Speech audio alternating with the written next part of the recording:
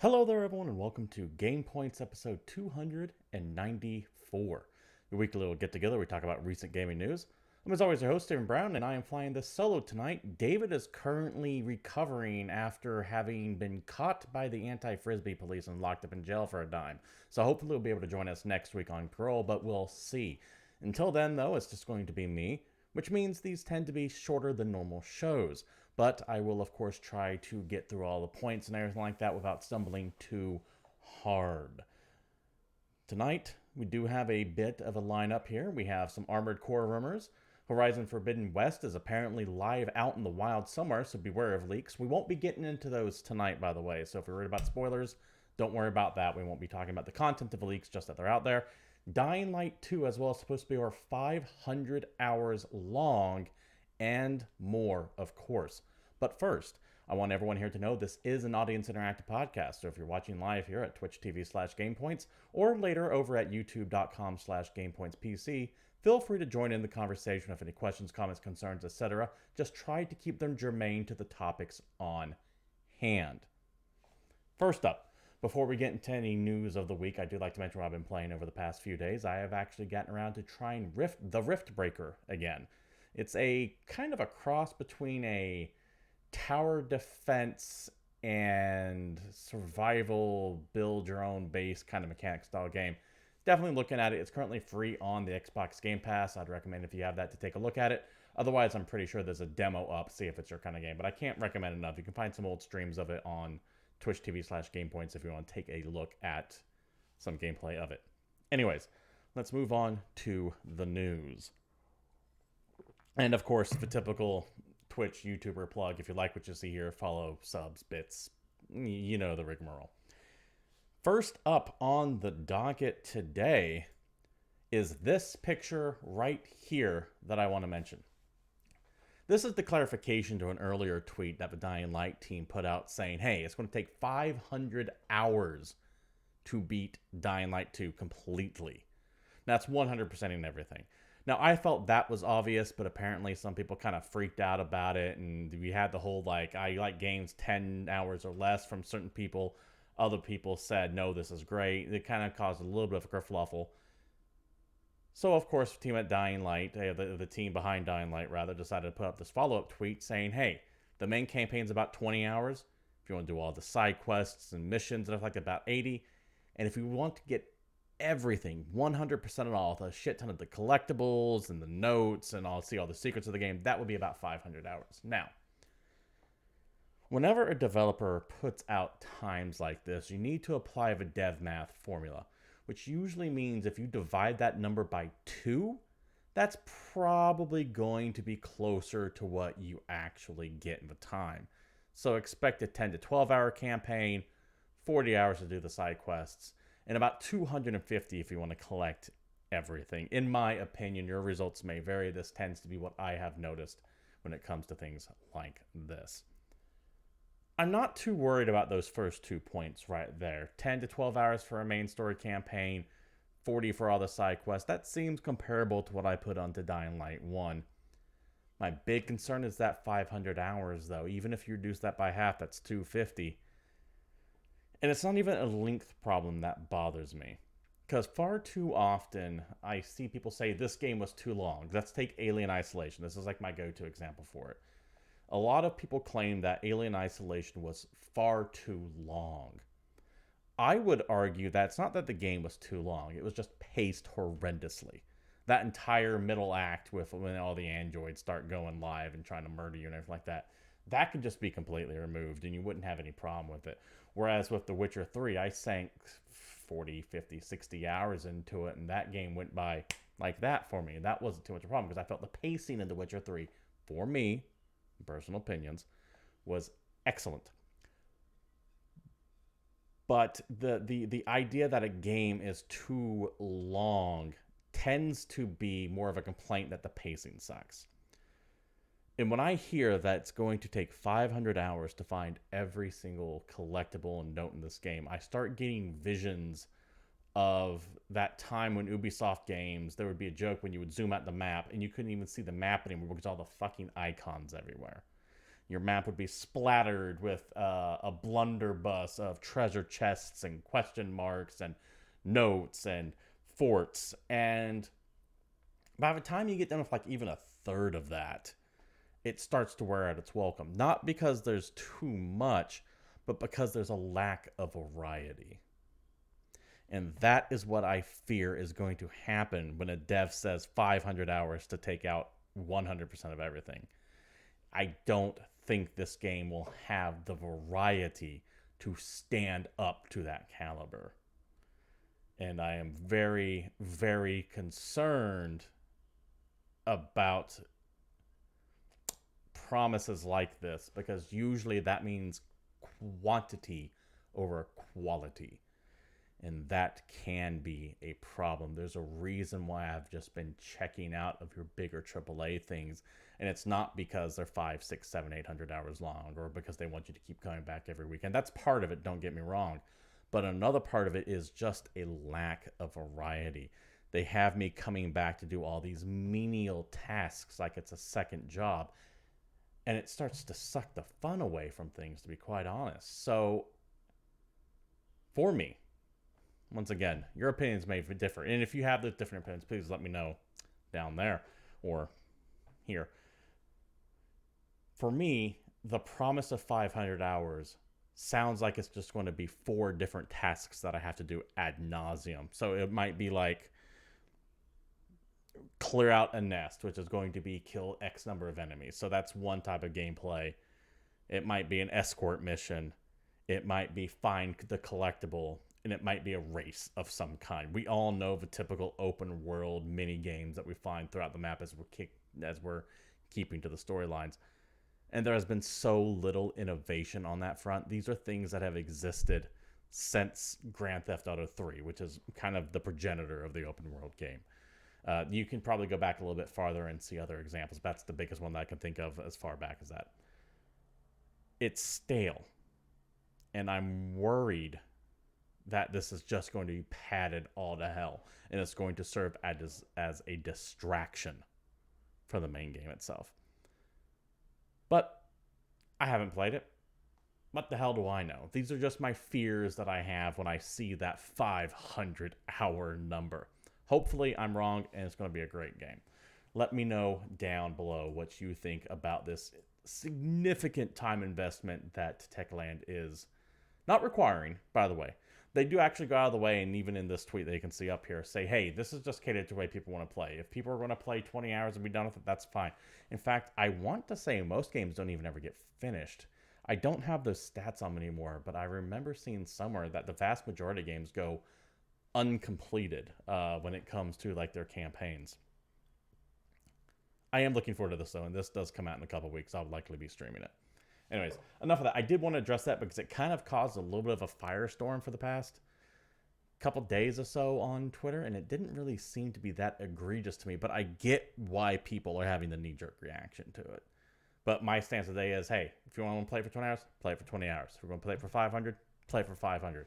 I've got like 600 or 700 Hearts of Iron. Who am I going to complain about someone playing the game over again? Moving on to the next one, and this just kind of sums up something that, well, we just kind of knew it was going to happen, right? This is via Gematsu. E3 2022 will be digital only. From the article, E3 2022 will be a digital only event, the Entertainment Software Association confirmed. The ESA statement went on to say the following. Due to the ongoing health risks surrounding COVID-19 and its potential impact on the safety of exhibitors and attendees, E3 will not be held in person in 2022. We are nonetheless excited about the future of E3 and look forward to announcing more details soon. The Entertainment Software Association previously planned to return to an in-person event for E3 in 2022. I kind of call bullshit on this. They're not canceling it and making it a digital-only event because of COVID, in my opinion. I have heard that they actually let go of their slot at the LA Convention Center as far back as early November, before Omicron even really took off. And that it was kind of all hands on, it was supposed to be going forward with a live show before the ESA sat down and went, why are we wasting so much money having a live event when no one's showing up to anymore, because last year's was disastrous. You can find the photos online comparing the crowd sizes to 2021 to previous years. I think like a third of the floor was just roped off. It was pretty pathetic because more and more publishers are realizing, why spend exorbitant fees to show up to the show when we can do a Nintendo Direct or a Sony State of Play? Rumor is, by the way, one of those will be here in the next 2 to 3 weeks. I probably end of January, early February for that. That's an aside. E3 has outlived its usefulness in a post-convention world. Let's just call it what it is. We're in a post-convention world. Everything's going online. Everything was going online even before COVID happened. It's not like COVID happened and then people pulled out. Sony abandoned E3 well before COVID happened. Nintendo has a minimal presence at best. Hell, even Microsoft's show is shown off-site, just in the same city at the same time. All these companies can do their own thing. And they are. For way cheaper, and they can control the message a hell of a lot better. Picking up the slack, of course, is Jeff Keighley, who, after ESA made this announcement, immediately tweeted that the Summer Game Fest was on. So he's already taken a shot at the title there, and he's probably going to become the... What's probably going to happen is you're going to see Microsoft, Sony, EA, Activision, all the big boys do their own version of a Direct. Here is a 10 to 60 minute trailer, video of shit. Ubisoft will, of course, still be 2 hours for some god unknown reason, but that's just how that works. And then you'll have your mid-tier and indie developers join up for a Keighley show with 1 or 2 big announcements from the big boys, because he does have those connections. But they'll save their heavy hitters for their own video presentations. There's no need why they have to go out for a third party at this point, other than to maintain friendly relations with other media personnel. E3's done, guys. They're blaming it on Omicron, but I can promise you right now that if it was completely fine and there was no more virus going around and people weren't panicking over it, it would still be digital only. The days of having the massive conventions, video game conventions specifically, they're just over. And that's both good and sad. I got mixed feelings on it, which I can get into another time. Now's not the venue for that. Anyways, moving on with the news.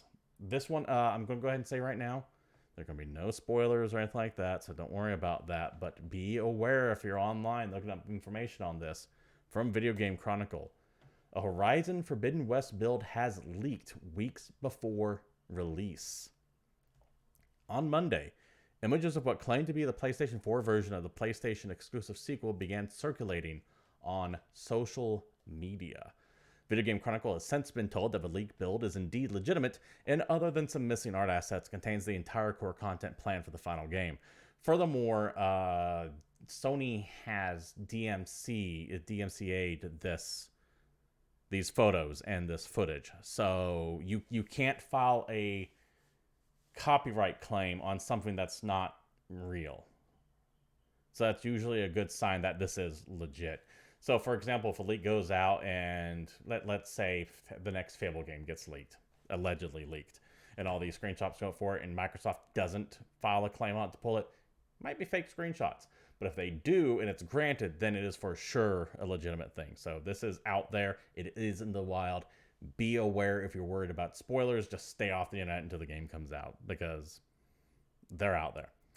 Following the publication of the images claiming to show the leaked Horizon Forbidden West build on Twitter, the media was eventually removed hours later due to a report from the copyright holder, which further adds credence to the legitimacy, like I was saying. At the time of publishing, Forbidden West build does not appear to be circulating in file-sharing sites, though Sony would likely be wary of the situation similar to The Last of Us Part 2, which saw story spoilers circulate widely online well ahead of its official release date thanks to a similar build leak. And I do think it is fair to say that leak really fucked The Last of Us 2. I mean, people were pissed, and the controversy about that game's plot was raging before the game even came out. And who knows how that actually affected the bottom line of that one. So just, to have this happen with another major title is really, really problematic of Sony. I believe, by the way, the pictures that were shown were in Russian. I think the menus were in Russian. I'm not positive on that. It could have been like Ukrainian or something like that. Forgive me, I'm not an expert on that part of the world's languages. But I believe that is also where The Last of Us 2 leak occurred from as well. So Sony might want to start thinking about shoring up the security on that. And I think it sounds like it happened during a localization process. But it's out there. Be aware. Don't click on blind links. Understand that people are going to be assholes. And if it does get spoiled for you, realize that sucks. But don't let it ruin your day. And that's it as what it is. Just be aware. Next story here, in the slow conglomeration of every company into one massive entertainment firm, we have a press release here from Take-Two. Take-Two and Zynga are going to be combining.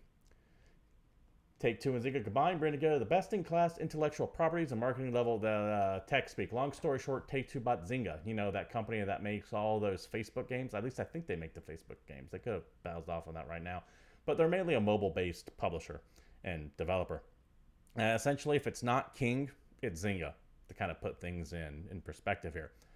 Take-Two will be acquiring all the outstanding shares of Zynga for a total value of $9.86 per share, split between $3.50 in cash and $6.36 in shares of Take-Two common stock. So what they're doing is that for every share that someone owns of Zynga, they're getting a third of it paid out and 2/3 of it converted into Take-Two stock. So if you got $100 of Zynga, then you now have, they're going to give you $33 cash, and you have $66 of Take-Two stock, which isn't half bad. Take-Two still looking for by the way, stock has shot up on Zynga since this announcement. It shot up like 60%, 50%. So if you had Zynga beforehand, you're looking pretty good. That is not stock advice, by the way. Also, another headline, this is via Video Game Chronicle. I'm a bad host because I don't have it pulled up here. Is that Take-Two said they're still looking for acquisition targets following record Zynga deal. In an investor call following the deal's announcement, Take-Two CEO Strauss Zelnick said Rockstar's parent company remains on the lookout for further acquisition targets. Following the deal's completion, Zynga will oversee Take-Two's mobile efforts, including T2 Mobile Games business, which will operate under the Zynga brand as its own label within the company. So, essentially, Take-Two bought themselves a giant mobile game studio. So expect to see things like Red Dead, Grand Theft Auto appearing on your mobile games. Not the games themselves. Not Red Dead Redemption 2, not GTA Online, but spin-offs of those franchises. One thing that has been floated around was specifically Midnight Club, some kind of phone racer, whatever they can do with that. So do expect to see Take-Two branded video games being produced by Zynga, as well as whatever Zynga's got out there. I know that a lot of people who tune into video game podcasts and keep an eye on industry news probably aren't necessarily the I don't mean this in a disparaging way, but the casual gamer that loves mobile games. But to underestimate how much money that sector of the industry makes is foolhardy. That brings in major bucks with your recurring transactional spending, you know, the microtransactions that you see so prevalent in mobile games. So this deal makes sense. I'm kind of surprised that Zynga was living high on the hog there for a while, and then they kind of had some rough patches. It sounds like Take-Two saw an opportunity, and they will, according to Strauss Zelnick's own words, be looking to buy up more. So the year of the acquisition continues on unimpeded. It is now like month 36 of the year of acquisitions, but here we are. Moving on, this is one of those things I wish David was here for, my normal co-host, because this is his jam. This is via IGN. Armored Core game allegedly revealed along with leaked screenshots. A new entry in the Elden Ring developer From Software's Armored Core series has allegedly been revealed via a survey sent out to consumers. Reset Era's Red Licorice shared that they recently finished a consumer survey about a new Armored Core game with a description, screenshots, and 2 30-second-ish videos of gameplay. A first boss fight and the second more in-world gameplay, a snow area. There are screenshots here. The person who was posting this did say the screenshots are individually branded with specific IDs, so that way they can be traced back to whoever was doing it. They went out of their way to blur it up. I get the feeling that From Software can still work backwards to figure out who leaked this, so probably going to not go well for them, but it seems pretty compelling that they're working on something. They were unable to show any screenshots as they're all unique ID wallet. Okay, we already read that. But the dead screenshots have since begun circulating on social media. In the meantime, a description was provided about the rumored game.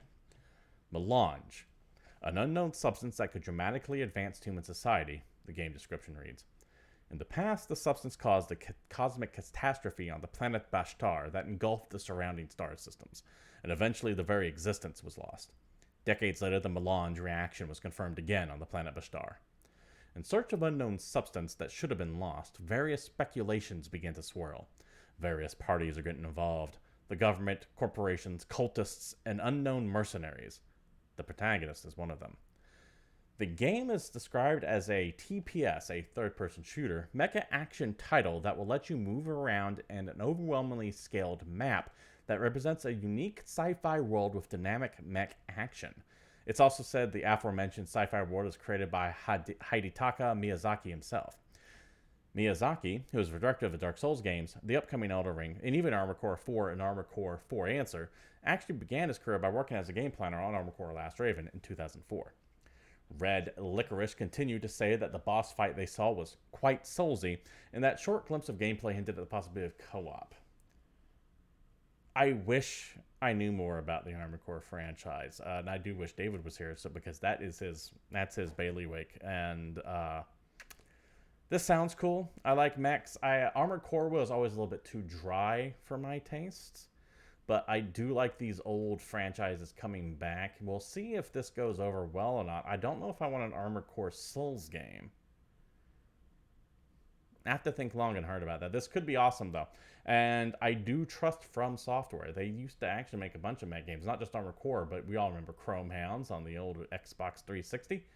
I enjoyed Chrome Hounds. That had great multiplayer, but slow, and you really did need a team of people to play that game optimally.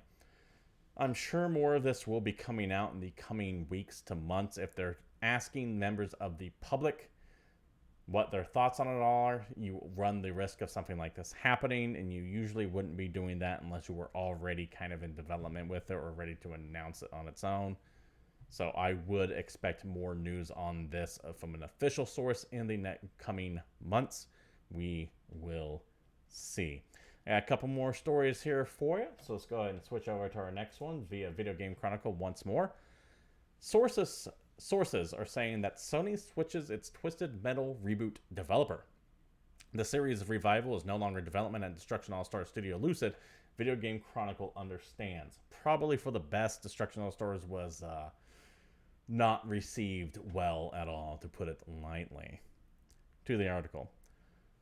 Last year, VGC reported that a new car combat installment, which by release would be the series' first in over a decade, had started early development at the Liverpool, UK-based Destruction All-Stars developer Lucid Games. However, VGC has been told that the project has since ceased development at Lucid, and according to sources, Sony has decided instead to move the series' revival to one's first-party studios in Europe. Sony Interactive Entertainment and Lucid Games did not immediately respond for requests to comment, nor would they. Sources did not provide an explanation for the change of developer. However, one person suggested the poor reception of Lucid's PS5 title, Destruction All-Stars, could have contributed to the decision. I would say that is very likely. That game went over very, very poorly. Sony is really hell-bent on trying to give legitimacy to their franchises, and they're doing that by making TV shows and movies out of them. Twisted Metal is no exception to that. They are trying to do a Twisted Metal series. I can't remember who was developing it and who was behind it, but I want to say Seth Rogen might have been involved. I honestly don't remember. But oh no, you know what? I think it was the Lego Movie guys, brothers. I can't remember who they were. Maybe not. I don't know. I don't remember anymore. Forgive me. But there is a Twisted Metal TV series coming. There's the Uncharted movie. There's the Last of Us TV series. Sony is really, really, really trying to make all their franchises more profitable. And as such, they don't want to put all this money behind a Twisted series reboot in multiple forms and give it to a developer with a less than stellar track record. So we'll definitely see how this shakes out, but I would not be surprised if this is true. Sorry, I was double checking the who was making that series, by the way. Looks like it's going to be made by, or penned rather, by Rhett Reese and Paul Wernick, the guys that made the Deadpool films and Zombieland. I like Zombieland, I like the Deadpool films. I don't know if anyone can give Twisted Metal a... I don't want to say do it justice because it's fucking Twisted Metal. The Twisted Metal TV series feels like a disaster to me, but of course I haven't seen it, so what the hell do I know? I got 3 more stories up here for you, or 2 more, and then some updates. Up next, via Eurogamer, Quantic Dream reportedly developing a project based on the Dark Sorcerer tech demo. This is via Eurogamer.net. Heavy Rain and Detroit developer Quantic Dream is reportedly on a new project based upon the Dark Sorcerer, its 2013 PlayStation 4 tech demo.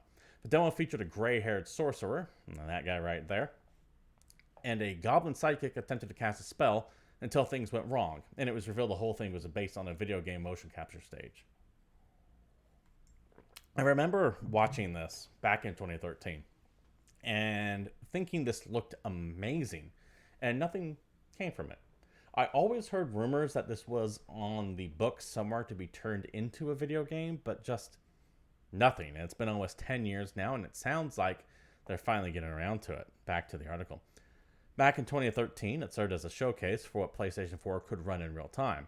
Now, it apparently serves as the basis for a multi-platform comedic adventure written by Quantic Dream's controversial boss, David Cage. Word of the project first popped online last week from Twitter user account NGT, who previously leaked word of Quantic Dream's upcoming Star Wars Eclipse project before its official announcement. Reliable leaker Tom Hendelson has since corroborated the project's existence. Over the weekend, account NGT posted further details, including links to the previous Dark Sorcerer demo and the fact that it's designed to feature a non-linear storyline. The project is reported one of 3 in development at Quantic Dream alongside Star Wars Eclipse and an unannounced card game project for mobile. Sure, okay, I'm into it. I kind of want to see what they go here. I'm kind of down for a comedy. I think that a comedy game in the style of a Quantic Dream adventure, we all know what we're thinking of these days when we see that. I think that could work very well. More importantly, I just want to see Quantic Dream get back on the horse. It's been a while since they've done anything. They did Detroit Become Human, which I thought was excellent. But they're not a studio that releases stuff every year. So I'm very curious to see how they're going to handle 3 things at once. Because normally it's only one project at a time with them. I'm a little worried they might be stretching themselves kind of thin between this and Star Wars Eclipse and whatever the hell their mobile card game is, which is not something I have an interest in, but more power to them. I'm just worried they might be stretching themselves thin. And it's already apparently a bitch and a half to have people show up to work at Quantic Dream due to all the allegations that were levied at them. Some of them admittedly defeated in court, but other ones not. So they do have a little bit of a tarnished reputation when it comes to the industry side of things. I don't think most people who play in Quantic Dream games care, but if you're looking to work Quantic Dream, you might want to think twice about it. At least that seems to be the vibe going around, that they're having trouble filling certain positions. Here's a story that actually started last year, and I'm surprised I didn't hear about it, but we have a little bit of resolution. This is from PC Gamer. GPUs in stolen California truck heist turn up in Vietnam. In late 2021, a literal truck heist over GPUs occurred in California. EVGA's product manager Jacob Freeman confirmed that at the time a shipment of EVGA GeForce RTX Study Series cards were indeed stolen out of a truck heading from San Francisco to SoCal. The cards were to have a retail value between $330 and just shy of $2,000 USD. That is retail, by the way. You can usually double that on the actual market we're going to buy one because you can't find them in stores anywhere. So there's some fairly high-end cards among the mix.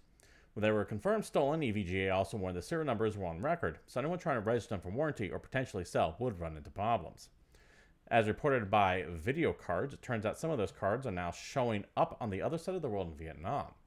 A Vietnamese retailer known for packing GPUs into mining rigs, that's one of the reasons why the video card and just the general chip shortage in general, but specifically GPUs, are so hard to find right now. People are gobbling up to mine crypto. Back to the article. A Vietnamese retailer known for packing GPUs into mining rigs has potentially been caught distributing some of these stolen cards. Customers have reported that after buying the cards, the serial numbers are among those flagged by EVGA and thus couldn't be registered for warranty claims. One person reportedly bought two NVIDIA GeForce RTX 3080s and had the same issue with each. Customers said the cards were given a 1-month warranty within the store, as well as a decent price which is to be expected of illegally imported cards. In other words, if it seems too good to be true, it probably is. Video cards do not publish the retailer's name, no doubt to avoid having more customers purchase stolen cards. However, they do say it's not a small local retailer, meaning we very well could be looking at a well-known chain store, which is a little troubling. It's very likely many unwitting customers and perhaps not that knowledgeable about current PC gaming and prices have thought themselves lucky to come across a sweet GPU deal without even knowing the potential issues. Now, if I am looking at this, it's not to say those cards won't work in your PC. It just says you're not going to be able to get a warranty on them. So if your GPU breaks, you're probably screwed. Because the store only gives you a month, and NVIDIA is going to, or not NVIDIA, EVGA is going to go, hey, that's not ours. You bought that stolen, so that's on you. So, as with always, if a deal seems too good to be true, well, caveat emptor, let the buyer beware. If you think you have a sweetheart deal on a video card and you really don't know the source all that much and you're having to order it from overseas, you're going to get what you pay for. So be very, very careful when you shop on the gray market for things. That does it for the news. We do have one upcoming event this week, and that is the Hitman Year 2 reveal is going to be happening on January 13th, where the IO Interactive team is going to be discussing post-launch content for Hitman 3, including elusive Target Arcade, PC VR, and reveal a brand new game mode, plus other announcements and surprises. For those of you who missed last week's show, the Hitman 3 Dartmouth Manor was one of my favorite gaming moments of 2021. I strongly recommend this game if you like stealth games and even just sitting back and exploring the worlds that IO Interactive created with Hitman. Definitely worth your time. Now that Season 1 has completely wrapped up, I want to finally go back to that game and see what extra content they put out with it. And while I won't be watching this live, I do want to know what they have coming. I remember the old days of the previous Hitman games when they had the Gary Cole versus Gary... who's the insane Gary? Oh, god damn it. His son is in Starship Troopers. It's going to drive me insane. I'll find out later. And if you know, let me know down below, please. But they've done some good things in the past. I'd be very curious to see what they have coming up with this. That kind of does it for the news. Let's go ahead and move on to a very limited new release schedule here. We have upcoming this week Mushroom Wars 2 on the PlayStation 5, Xbox Series S and X. Monster Hunter Rise is coming to the PC. This was the Switch Monster Hunter. It looks like it's finally getting ported. The Anacurious comes to Xbox Series SX, Xbox One, and PC. I believe this is an early access, either right now or entering early access. I think it is 4 people, a 4-player co-op shooter on a Art Deco sci-fi cruise ship in space, based on my cursory look at it. So take a look at that if you're into those style games. And then, of course, God of War is getting ported over to the PC finally, as Sony starts putting all of their exclusives on PC. That is going to happen, by the way. It's not like I can promise it, but Sony has clearly seen the writing on the wall. My gut, as always, is that they'll release it on console exclusively for 6 months to a year and then port it over, even though I do think that time is going to get shorter and shorter. I think we'll eventually start seeing PC and console separated for only about 3 or 4 months. That's my opinion, though. I could be wrong. I know it's a touch early, but we're going to go ahead and wrap things up here. Thank you all for showing up. This has been GamePoints episode 294.